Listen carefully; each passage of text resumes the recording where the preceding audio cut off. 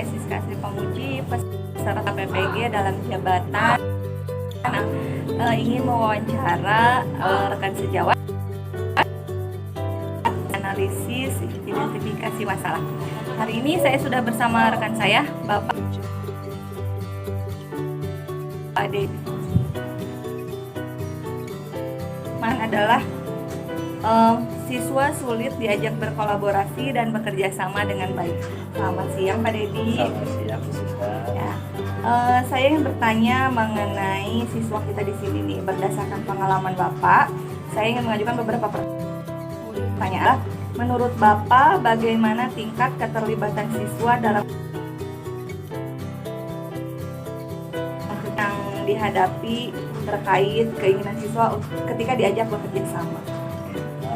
Mengenai tingkat kerjasama kolaboratif siswa di dalam kelas, mungkin rendah keterlibatannya karena anak-anak kita belum bisa diajak berpartisipasi aktif dalam bekerja sama. Ya. Terus tantangannya pertama, anak itu tidak terbiasa mungkin. Kedua, anak lebih cenderung menyendiri atau individualistis. Jadi kegotong royongannya itu masih perlu ditingkatkan, bekerja sama dalam bekerja kelompok juga perlu dilihat. Itu salah satu tantangannya. Ada masalah dengan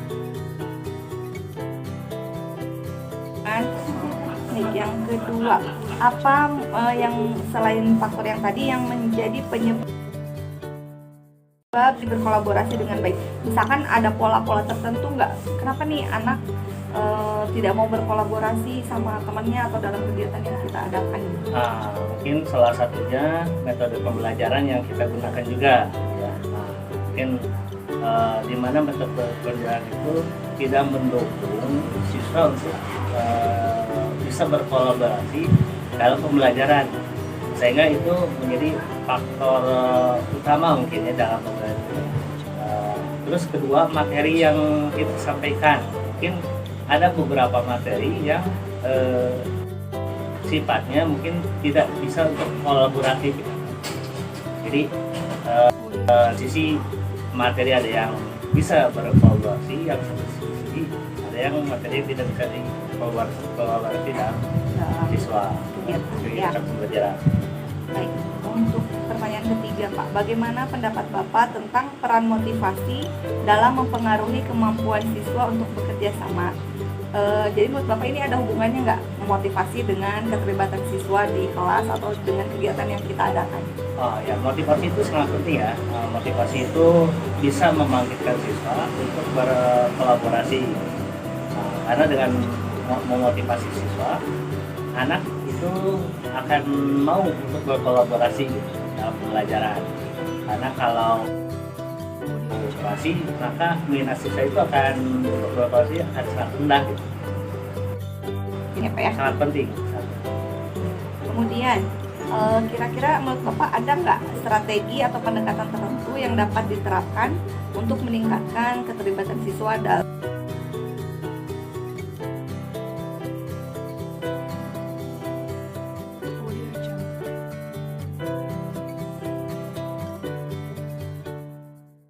aja gitu?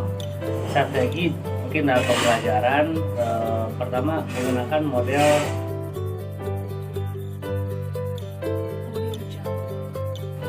kedua mungkin yang berbasis inquiry ya, penemuan. Yang ketiga itu bisa mengkolaborasikan anak. Mungkin dibarengi dengan ice breaking ya, supaya keterlibatannya tinggi gitu ya. Tadi kan ya perlu penting. Terus tantangannya yang perlu pendekatan dulu dan pembiasaan bahwa dalam berkolaborasi itu mempunyai manfaat yang penting dalam anak sendiri gitu ya, bagi dalam pembelajaran. Jadi anak lebih cepat paham, anak itu akan semakin tertantang dengan apa yang menjadi pembelajaran selanjutnya. Bapak, pertanyaan terakhir, bagaimana guru dapat lebih mendukung siswa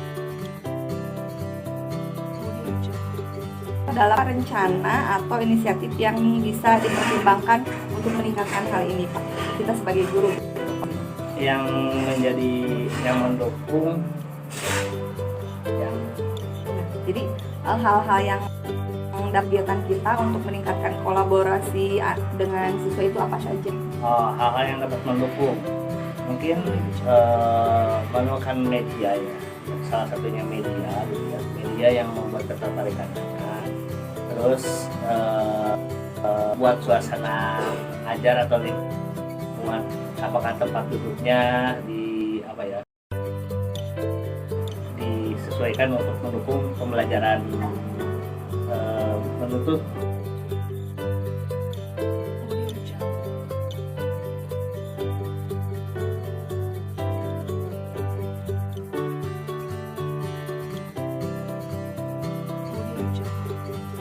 mendukung kolaborasi itu.